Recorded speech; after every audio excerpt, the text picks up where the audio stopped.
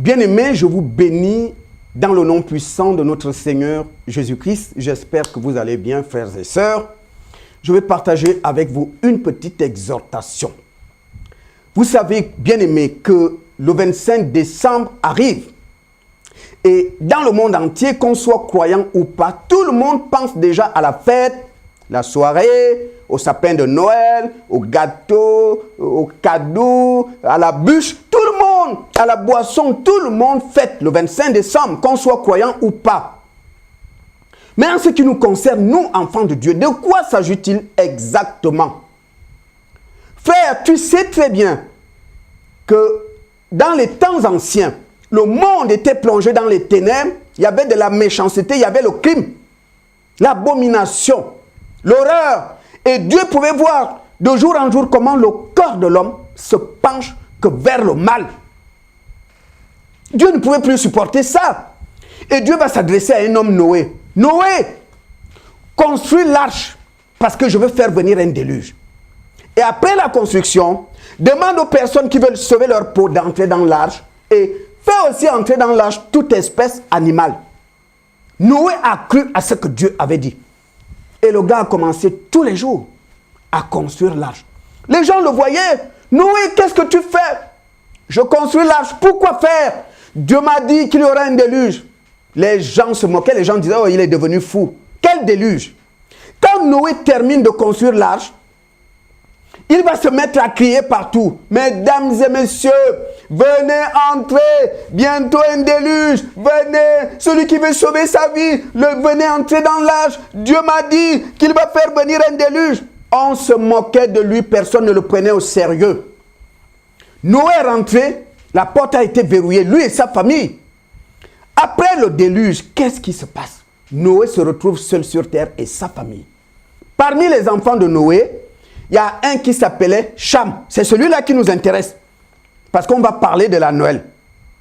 Sinon, il avait 3 garçons, ce Noé-là. Un jour, il avait bu de l'alcool. Il était ivre. Ivre. Et comme il était ivre, il était allongé par terre, complètement nu. Il était sous. Un de ses enfants qui s'appelle Cham passe par là. Le mec voit son papa complètement nu. Au lieu d'aller couvrir la nudité de son père, le gars s'est mis à rigoler. Il se moque de son père. Alors, Cham est allé trouver ses 2 frères. Hé, venez voir. Venez. Vous vous rendez compte, papa? Il est au salon là. Il est nu. Il a bu, il est nu, mais ses 2 frères ont agi différemment. Ils ont pris une couverture. Ils allaient à reculons pour couvrir le corps nu de leur papa. Quand l'alcool passe, monsieur Noé se réveille, il apprend par ses enfants que papa, quand tu étais nu là-dessous, Cham t'a vu et il se moquait de toi. Noé a dit quoi?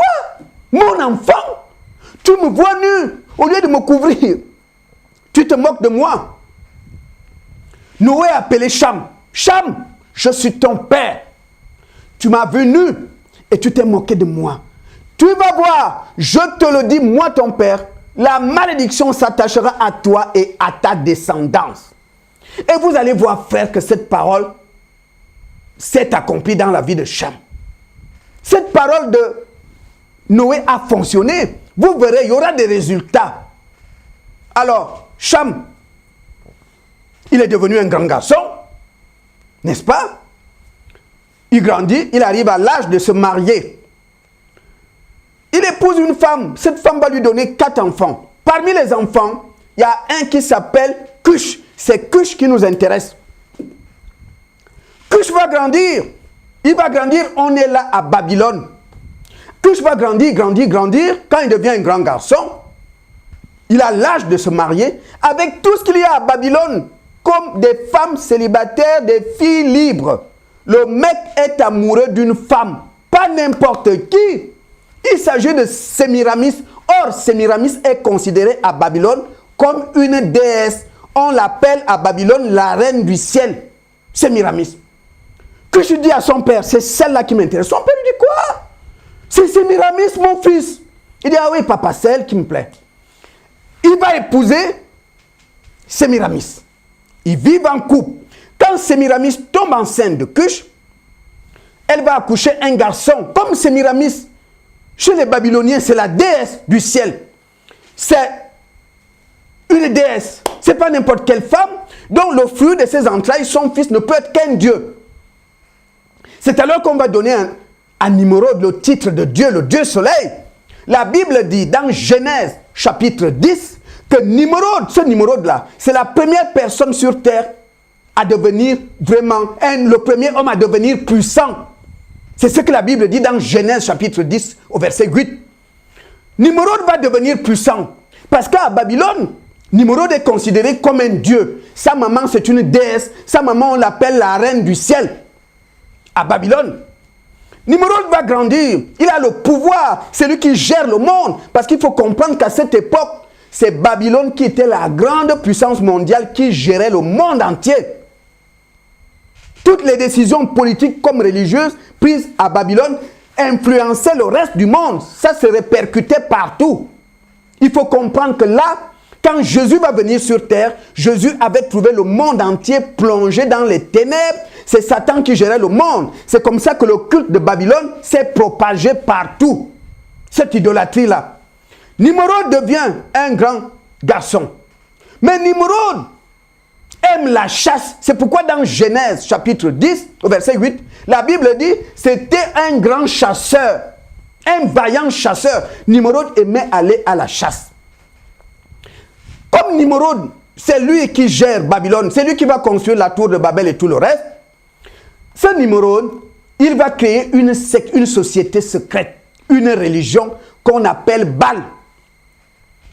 Baal, c'est la religion, c'est le dieu de Nimrod. D'ailleurs, les francs-maçons considèrent Nimrod comme le père fondateur de la franc-maçonnerie. Ce n'était qu'une parenthèse. Donc Nimrod, il crée cette religion, cette secte ésotérique, Baal.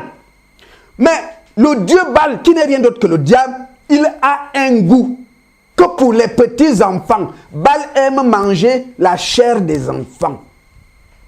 Et on va offrir, dans le culte de Baal, les prêtres de Baal vont offrir à Baal que des petits enfants, c'est-à-dire que des adeptes amenés à Baal, des petits enfants, on les jetait vivants dans le feu. Et pendant que les enfants brûlent, il y avait des orgies sexuelles dans la loge. Le sexe à gogo, tu attrapais qui tu voulais. Ça vient de Babylone. Parce qu'aujourd'hui, dans les sociétés secrètes, il y a parfois des rituels où ils font des sacrifices et où il y a des orgies dans la loge. Parce que ça vient de Baal, ça vient de Babylone. Ça se passait comme ça. Et Nimrod va encourager à Babylone la perversion sexuelle. Mais ce que je voulais vous dire, c'est que lorsque Nimrod devient un grand garçon, avec tout ce qu'il y a à Babylone comme des jeunes femmes célibataires, il n'y a qu'une seule femme qui intéresse Nimrod. Il est fou amoureux d'une seule femme, sa propre mère, Sémiramis. Nimrod est jaloux de son père. À chaque fois qu'il voit son père entrer dans la chambre avec sa mère Sémiramis, le gars est jaloux parce que le gars aime sa maman, le gars veut coucher avec sa mère. Qu'est-ce que Nimrod va faire? Lorsque Nimrod dit à Sémiramis, maman, c'est toi qui me plais, sa mère dit, mais je suis ta mère, arrête. C'est toi que je veux épouser. Aucune autre femme ne me plaît, il n'y a que toi. Et qu'est-ce que Nimrod va faire? Il va tuer son papa pour prendre sa femme, qui n'est rien d'autre que sa propre maman qu'il a accouchée et qu'il a allaitée. Vous voyez l'accomplissement de la malédiction de Noé. L'enfant couche, il couche avec sa mère. Il l'épouse officiellement à Babylone. Et quand Nimrod va créer sa secte de Baal, où on a sacrifié des enfants, Nimrod va dire à Babylone, écoutez, il n'est pas interdit de coucher avec ta mère. Regardez, j'ai épousé la mienne. Donc, toi, tu peux coucher avec ta mère, ce n'est pas interdit. Tu peux coucher avec ta fille, tu peux coucher avec ton oncle. Il n'y a pas d'interdit dans le sexe. Les hommes peuvent aller, les femmes, les enfants, vous pouvez coucher avec des enfants, vous pouvez coucher avec des animaux. La perversion sexuelle que nous avons aujourd'hui sur terre, c'est une influence de Babylone. Avant la venue de Jésus, le monde était géré par le diable. Et le monde avait utilisé Babylone pour influencer le reste de la terre. C'est pourquoi chez les païens, il y a ces choses-là. C'est pourquoi chez les païens, il y a des incestes. Parce que ça vient du culte de Babylone. Et de génération en génération, ces habitudes-là sont restées. C'est l'influence de Babylone avant la venue de Jésus-Christ sur terre. C'était ça le culte. Mais, il y a quelqu'un, il s'appelle Sem. Il est l'oncle de Nimrod. Quand il a vu un non, Nimrod, non seulement les enfants sont sacrifiés à ton dieu Baal là, on boit le sang humain parce que les prêtres de Baal, non seulement ont jeté des enfants vivants dans le feu pour les sacrifier à Baal, en plus, ils mangeaient la chair humaine et ils buvaient le sang humain. C'est pourquoi les personnes qui sont dans des loges, dans les sociétés secrètes, mangent la chair humaine et boivent le sang frais. Ça vient du culte de Babylone. Parce qu'il faut que vous sachiez que la franc-maçonnerie et les sociétés secrètes, leur origine, c'est le culte Baal de Babylone. C'est la raison pour laquelle les francs-maçons considèrent Nimrod comme le père fondateur de la franc-maçonnerie. Donc, comme Nimrod, dans ses enseignements, il demandait aux pratiquants de coucher avec leurs filles, leurs mamans, leurs tantes et compagnie, c'est la raison pour laquelle vous voyez dans des loges occultes, dans des sociétés secrètes, il y a la perversion sexuelle. C'est pourquoi vous allez remarquer que beaucoup de francs-maçons couchent avec leurs filles. Beaucoup de ceux qui sont dans les loges, ils couchent avec leurs mamans, ils couchent avec leurs sœurs, parce que ça vient du culte de Baal. Parce que la franc-maçonnerie tire son origine de l'enseignement de Baal, qui vient de Babylone. D'ailleurs, dans toutes les loges, on considère Tammuz comme le dieu des francs-maçons. Bref, qu'est-ce qui va arriver? Nimrod règne. Et son oncle Sem, il voit l'abomination de Nimrod. Il a dit non. Non, non, non, Nimrod, tu vas trop loin. Et Sem va tuer Nimrod. Quand il tue Nimrod, Sémiramis, la reine du ciel, celle qui est vénérée à Babylone, et dans le reste du monde. Parce que la religion de Babylone influençait le reste du monde. On n'adorait pas Sémiramis qu'à Babylone. Et un peu partout. Parce que c'était la déesse, la reine du ciel. Là, on est à des milliers d'années avant la naissance de Vierge Marie, de Joseph et tout le reste. Le monde avait déjà sa reine du ciel, Sémiramis. Le monde avait déjà l'enfant Dieu, Nimrod. Donc l'image, une femme avec un bébé dans les bras, vient de l'Antiquité. Et comme le culte de Babylone s'est répandu partout dans le monde, c'est pourquoi partout, il y avait cette déesse qui avait un bébé et un enfant. C'est très important à savoir. Si par exemple vous allez chez les Égyptiens, c'était Isis, la maman, Horus, l'enfant. Vous allez à Rome, c'était Vénus et l'enfant était Cupidon, donc toujours l'image d'une femme avec un bébé. Bon, bref, Sémiramis est restée veuve puisqu'on a tué Nimrod. Et comme Sémiramis avait des amants en cachette, bien sûr, c'est comme ça qu'elle tombe enceinte. Sémiramis a dit, mon Dieu, parce qu'à la mort de Nimrod, Sémiramis a dit aux Babyloniens, écoutez, comme Nimrod n'était pas n'importe qui, c'est le Dieu soleil, en fait, il est retourné là où il était au départ. Donc, à l'heure où je vous parle, il est maintenant dans le soleil, parce que c'est le Dieu soleil. Et Babylone a cru à ça. Quand elle tombe enceinte, elle se dit, mon Dieu, qu'est-ce que je vais dire aux Babyloniens? Ils savent maintenant que mon mari est déjà dans le soleil, mais quand ils me verront enceinte, qu'est-ce que je pourrais dire? Elle va dire à Babylone que mon fils, là, la grossesse là, c'est Nimrod, le Dieu soleil, qui est descendu se réincarner. C'est lui, l'enfant là, c'est lui. Ça vient de lui. Et Babylone a cru. Parce que quand Sémiramis, la déesse, parle, la reine du ciel, tout le monde croit. Quand Sémiramis va accoucher, cette Sémiramis, la reine du ciel, va accoucher son enfant le 25 décembre. Le 25 décembre n'a rien à voir avec Jésus. C'est la naissance de Tammuz, le Dieu soleil, le fils de Sémiramis, la reine du ciel. C'est lui qui est né le 25 décembre. Cette date n'a rien à voir avec Jésus. Alors, Tammuz est né. Et quand le gars commence à grandir, il a les mêmes goûts que Nimrod. C'est-à-dire la chasse. Il allait à la chasse, il rentrait, il allait à la chasse, il rentrait. Un jour, le mec est parti à la chasse, il n'est pas rentré. Sémiramis ne voit pas son fils Tammuz. Elle ordonne qu'on cherche l'enfant. On va chercher, mais comme on ne savait pas de quel côté de la forêt le mec est allé faire la chasse, donc, quand on va trouver le corps plusieurs jours après, on trouve le corps en décomposition avancée. C'est-à-dire que le corps était sur un tronc d'arbre, complètement pourri. Et on enlève les restes. Et Sémiramis, la déesse, la reine du ciel, va dire aux Babyloniens, écoutez, comme mon mari est le dieu soleil, c'est lui qui s'est réincarné, c'est lui. Tammuz, alors que je vous parle, il est reparti dans le soleil là où il était avant. Et Babylone a cru à ça. Qu'est-ce qui va se passer? C'est Tammuz qui est né le 25 décembre. Ça n'a rien à voir avec Jésus. Mais vous allez comprendre ce qui va suivre après. Pourquoi le fameux sapin de Noël dans le monde entier? Qu'est-ce qui va se passer? À la place où on avait ramassé les restes de Tammuz, le dieu soleil, quelque temps après, un sapin va pousser à cet endroit. Un sapin, exactement là où il y avait le corps. Et quand Sémiramis a appris qu'un sapin a poussé là, elle est venue voir, elle a vu le sapin. Et Sémiramis, la déesse, la reine du ciel, va dire à Babylone que le sapin là, c'est le dieu soleil qui l'a fait pousser à cet endroit, là où on avait trouvé son corps. Les femmes de Babylone venaient adorer à côté du sapin. Les prêtres de Baal, les prêtresses de Baal venaient là. On amenait des cadeaux, on venait allumer l'encens et tout le reste. Parce que c'est un sapin sacré. C'est le dieu soleil qui l'a fait pousser. Ce n'est pas n'importe quel sapin. Et les femmes de Babylone venaient décorer ce sapin. Par l'argent et l'or. On venait décorer le sapin tous les 25 décembre. 25 décembre parce que c'est la date de la naissance de Tammuz, le dieu soleil, le fils de Sémiramis, la reine du ciel. Et aussi le sapin parce que c'est le fameux sapin qu'a fait pousser le dieu soleil, qui est le symbole de la renaissance de Tammuz, le dieu soleil. Donc ce n'est pas n'importe quel sapin.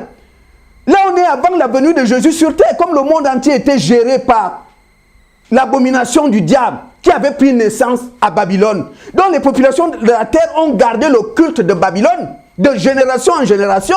C'est pourquoi vous voyez dans le monde entier, croyant ou pas croyant, tout le monde pense au sapin de Noël. C'est le fameux sapin qui symbolise la renaissance du dieu Tammuz. C'est le fameux sapin qui a poussé à l'endroit où on avait trouvé le corps de Tammuz. Donc ce sapin n'a rien à voir avec Jésus. Vous comprenez? Donc, il faut que vous sachiez que l'image avec une femme avec un enfant, ça vient de l'Antiquité. Il faut que tu saches que lorsque les prêtres de Baal sont arrivés à Rome, les Romains qui ont accepté le culte de Baal appelaient Sémiramis Vénus et il appelait son fils Tammuz Cupidon. Quand ils sont allés en Égypte, les Égyptiens ont accepté le culte de Baal de Babylone. Les Égyptiens appelaient Sémiramis Isis. Ils appelaient l'enfant Tammuz, ils l'appelaient Horus. Vous aurez ça à Éphèse. On vous parle de la déesse Diane. Vous parlez en Mésopotamie, on appelait Sémiramis Ishtar et on appelait le fils Tammuz. Donc, à Éphèse, on l'appelait la déesse Diane et on appelait le fils Tammuz. C'est-à-dire que partout où les prêtres de Baal sont allés, parce que c'est Babylone qui gouvernait le monde. Donc, ils ont laissé les traces de ce culte-là. Et les populations autochtones ont accepté ce culte. Mais la seule chose, ils donnaient à la maman leur propre nom et à l'enfant leur propre nom. Mais sinon, c'est toujours Sémiramis et Tammuz. Il faut le comprendre. Qu'est-ce qui va se passer? Je vais lire rapidement quelques petits endroits. Il faut que vous sachiez que Tammuz, qui est né le 25 décembre, c'est le dieu soleil des Égyptiens, des Babyloniens, des Grecs, des Perses, des Romains et des sociétés secrètes, franc-maçonnerie et autres. Ils considèrent que leur dieu, c'est Tammuz. C'est ce dieu-là que les francs-maçons appellent le grand architecte de l'univers. Il s'agit de Tammuz, le dieu soleil, le fils de Sémiramis, la reine du ciel. C'est très important. Je vais lire quelques passages bibliques. Par exemple, dans Jérémie. Jérémie chapitre 7 au verset 18, la Bible dit: les enfants ramassent du bois, les pères allument le feu et les femmes pétrissent la pâte pour préparer des gâteaux à la reine du ciel. Vous vous rendez compte? Si nous prenons le livre de Jérémie au chapitre 44 au verset 18, la Bible dit: et depuis que nous avons cessé d'offrir de l'encens à la reine du ciel et de lui faire des libations, nous avons manqué de tout. Qu'est-ce qui va se passer, bien-aimé, lorsque Tammuz, on trouve son corps en décomposition et que Dieu va faire, le Dieu soleil va faire pousser le fameux sapin qui est décoré partout dans le monde entier à la mémoire de Tammuz, le fils de Sémiramis? Les femmes de Babylone venaient pleurer autour du sapin. Non seulement elles décoraient ce fameux sapin, et les femmes de Babylone venaient pleurer autour du sapin. Et Dieu va envoyer son serviteur Ézéchiel, le prophète Ézéchiel. On va lire dans Ézéchiel chapitre 8, du verset 14 au verset 16. Écoutez ce que dit Ézéchiel. Il dit, « Il me conduisit à l'entrée de la porte de la maison de l'Éternel, du côté du septentrion. Et voici, il y avait là des femmes assises qui pleuraient Tammuz. » Vous vous rendez compte? Dieu dit à Ézéchiel, Ézéchiel va voir l'abomination. Va voir là où ils sont. Regarde comment les femmes pleurent Tammuz. Dieu est déçu de cette abomination. Donc, bien-aimé, que tu le saches, que quand tu décores le sapin là, ce sapin là a une histoire. Ce sapin vient de Babylone. Ce sapin n'est pas là par hasard. Ce sapin, c'est le symbole du Dieu de la Renaissance, le Dieu Tammuz. C'est le fameux sapin qui avait poussé, là où on avait trouvé son corps. Donc, quand tu décores ce sapin, tu rends un culte à Tammuz, que tu le veuilles ou non. Parce que ça vient du monde. Ça vient du monde parce que Babylone avait propagé le culte de Baal sur le reste des nations. Et les païens célébraient Baal de cette façon. C'est-à-dire, le Dieu Tammuz, qui est mort à cet endroit, c'est le fameux sapin en question.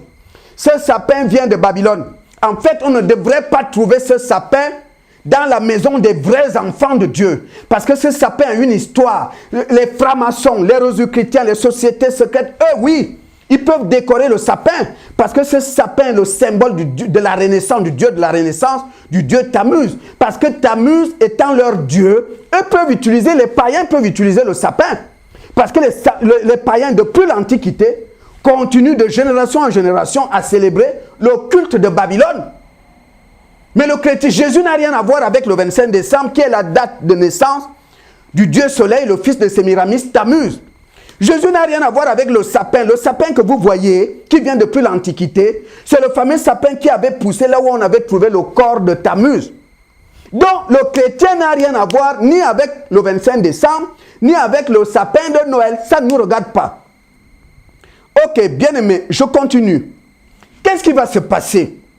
Quand le christianisme arrive à Rome, il faut que vous sachiez qu'après le passage des prêtres de Baal chez les Romains ont accepté le culte de Baal. C'est-à-dire, les Romains appelaient Sémiramis Vénus et ils appelaient l'enfant Cupidon. Donc la déesse mère que les Romains adoraient, elle s'appelait Vénus et son fils s'appelait Cupidon. Elle était représentée comme à Babylone par l'image d'une femme ayant un bébé. La femme c'est Sémiramis, le bébé c'est Cupidon. Il faut que vous sachiez, ce n'est qu'une parenthèse, que la statue de la liberté que vous voyez aux États-Unis, c'est Sémiramis qui est représentée là. Il faut que vous sachiez, pour les personnes qui sont au Brésil, la fameuse dame qui est dans les billets de banque du Brésil, c'est Sémiramis qui est représentée là-dedans. C'est la reine du ciel. Donc la statue de la liberté, c'est Sémiramis. Ce n'était qu'une parenthèse. Bien aimé, quand le nombre de chrétiens va commencer à s'accroître, à grandir à Rome, il y a un évêque. Cet évêque de Rome, on l'appelle Libère. Il est le 36e évêque de Rome. Le 36e évêque. Libère va prendre une décision. Parce qu'il faut que vous sachiez que du premier évêque de Rome au 35e, les chrétiens étaient indifférents. Les chrétiens ne fêtaient pas Noël. Du premier évêque de Rome au 35e évêque. C'est le 36e évêque. Monsieur Libère, cet évêque est né le 17 mai en l'an 352. C'est cet évêque-là qui va dire, nous on ne va pas continuer tous les 25 décembre, parce que pendant que les païens, eux, célèbrent Tammuz et Sémiramis, mais nous aussi on va faire notre fête, parce que nous avons aussi notre Vierge Marie et Jésus. Donc le 25 décembre, au lieu de croiser les bras, nous aussi on va faire la fête. C'est l'évêque, le 36e évêque de Rome, monsieur Libère, qui va décider ça. Donc c'est à partir de là que les chrétiens vont commencer à faire la fête le 25 décembre. Mais la bêtise de Libère, si Libère avait vraiment la crainte de Dieu, parce que la Bible dit, sortez du milieu de mon peuple, ne touchez pas à ce qui est impur, c'est ce que la Bible dit. Libère devait dire aux chrétiens, ok, on va fêter quand même le 25, seulement pas à la façon des Babyloniens. On va faire notre fête, donc il n'y a pas de sapin qui est ici le symbole de Tammuz, le Dieu Soleil. Nous, on ne touche pas à ça parce qu'on ne rend pas un culte à Tammuz. On ne fait pas le culte de Babylone. Donc nous, on va fêter le 25, d'accord, même si ce n'est pas la date de Jésus. c'est juste pour qu'on ne croise pas les bras pendant que les autres font la fête. Mais quand même, on ne va pas fêter à la façon des Babyloniens. C'est ce qu'il devait dire. Je vous prends un exemple. Si moi je décide qu'à partir de maintenant, n'est-ce pas, je veux faire la fête de mon anniversaire à la même date que les musulmans font la fête du mouton. Quand cette date arrive, eux vont égorger le mouton pour manger le mouton. Mais moi, je ne suis pas obligé, je ne suis pas musulman. Mais je peux manger le poisson, je peux manger les légumes. Puisque c'est-à-dire que Libère devait dire aux chrétiens, nous aussi on va fêter le 25, mais pas à la façon des Romains qui adorent Vénus et Cupidon. Mais il a laissé l'Église faire la fête comme si l'Église rendait un culte au Dieu soleil Tammuz. Exactement comme Babylone le faisait. C'est ça la bêtise. Qu'est-ce qui va se passer, bien-aimés?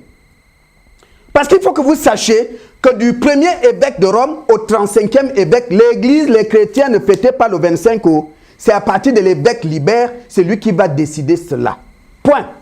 Alors, frères et sœurs, nous, il y a quelqu'un qui naîtra. Je suis obligé d'aller vite, bien aimé, parce que la vidéo va à la fin. Il y a quelqu'un qui est né le 27 février en l'an 272. C'est un empereur. Il s'appelle empereur de Rome, il s'appelle Constantin. Quand monsieur Constantin a vu qu'au niveau de Rome, le nombre de chrétiens ne faisait que grandir, les personnes quittaient la déesse mère qui était adorée par les Romains, Vénus, et ces personnes venaient à Jésus. Constantin, qui est empereur à Rome, va prendre une décision, deux d'ailleurs même. Il va dire, à partir de maintenant, la religion chrétienne va devenir la religion officielle de Rome. Deux, puisque la religion chrétienne devient la religion officielle de Rome, donc notre déesse qu'on adorait, Vénus, on va lui donner le nom de Vierge Marie.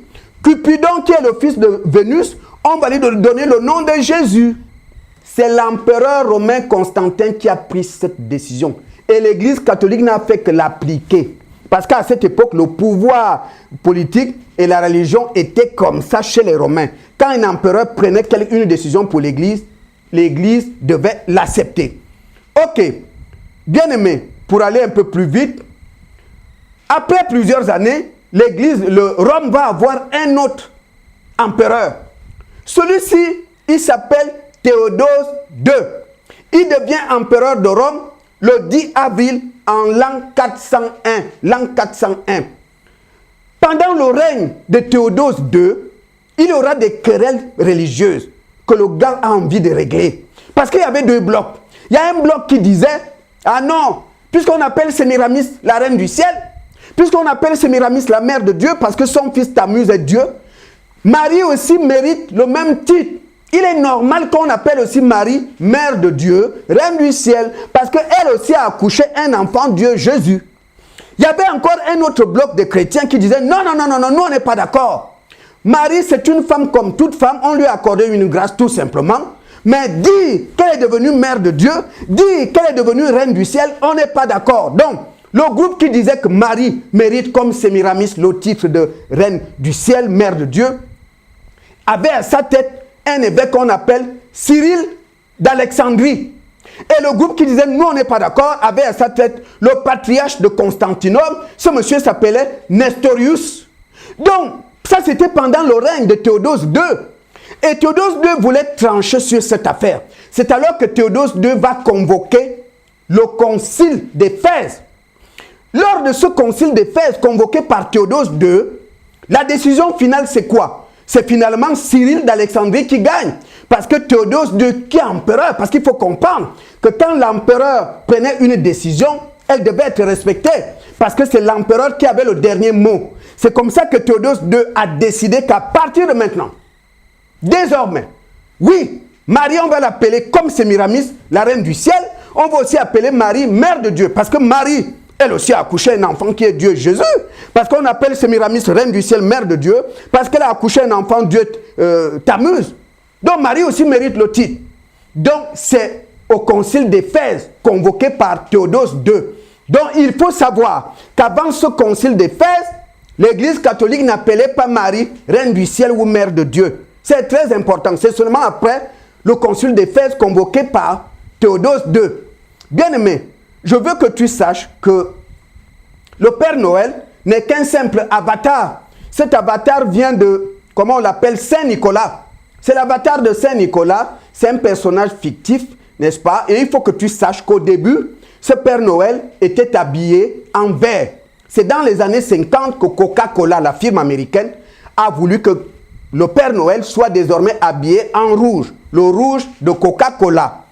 Ok, pour terminer, je vais dire, toi qui es enfant de Dieu, toi qui décores le sapin, il faut que tu saches que c'est un culte qui vient de Babylone. Ce sapin, c'est le fameux sapin qui avait poussé. Là où on avait trouvé le dieu, le fils de Sémiramis, le dieu soleil, Tammuz. C'est pourquoi les femmes de Babylone, depuis l'Antiquité, décorent ce sapin jusqu'à aujourd'hui. Parce que Babylone avait influencé les populations païennes, puisque c'est Babylone qui gouvernait le monde à cette époque-là. Donc ce sapin décoré, c'est les femmes de Babylone qui ont été les premières à décorer le fameux sapin qui avait poussé là où on avait trouvé le corps de l'enfant Dieu Tammuz. Donc, toi le chrétien, le sapin ne devrait pas être chez toi. Parce que j'ai entendu certains chrétiens dire, oui, bon, le 25, même si on ne connaît pas la date de Jésus, la date de sa naissance, mais je vais quand même fêter le 25. Oui, mais tu peux le faire, tu es libre. Mais le sapin fait quoi chez toi? Parce que Jésus n'a aucun rapport avec le sapin. Il n'y a pas de lien entre le sapin et Jésus. Le sapin a un lien avec Tammuz. C'est le fameux sapin que les femmes de Babylone venaient décorer. Donc le sapin que tu décores là chez toi, c'est une coutume dans le monde qui vient de l'Antiquité par le culte de Babylone.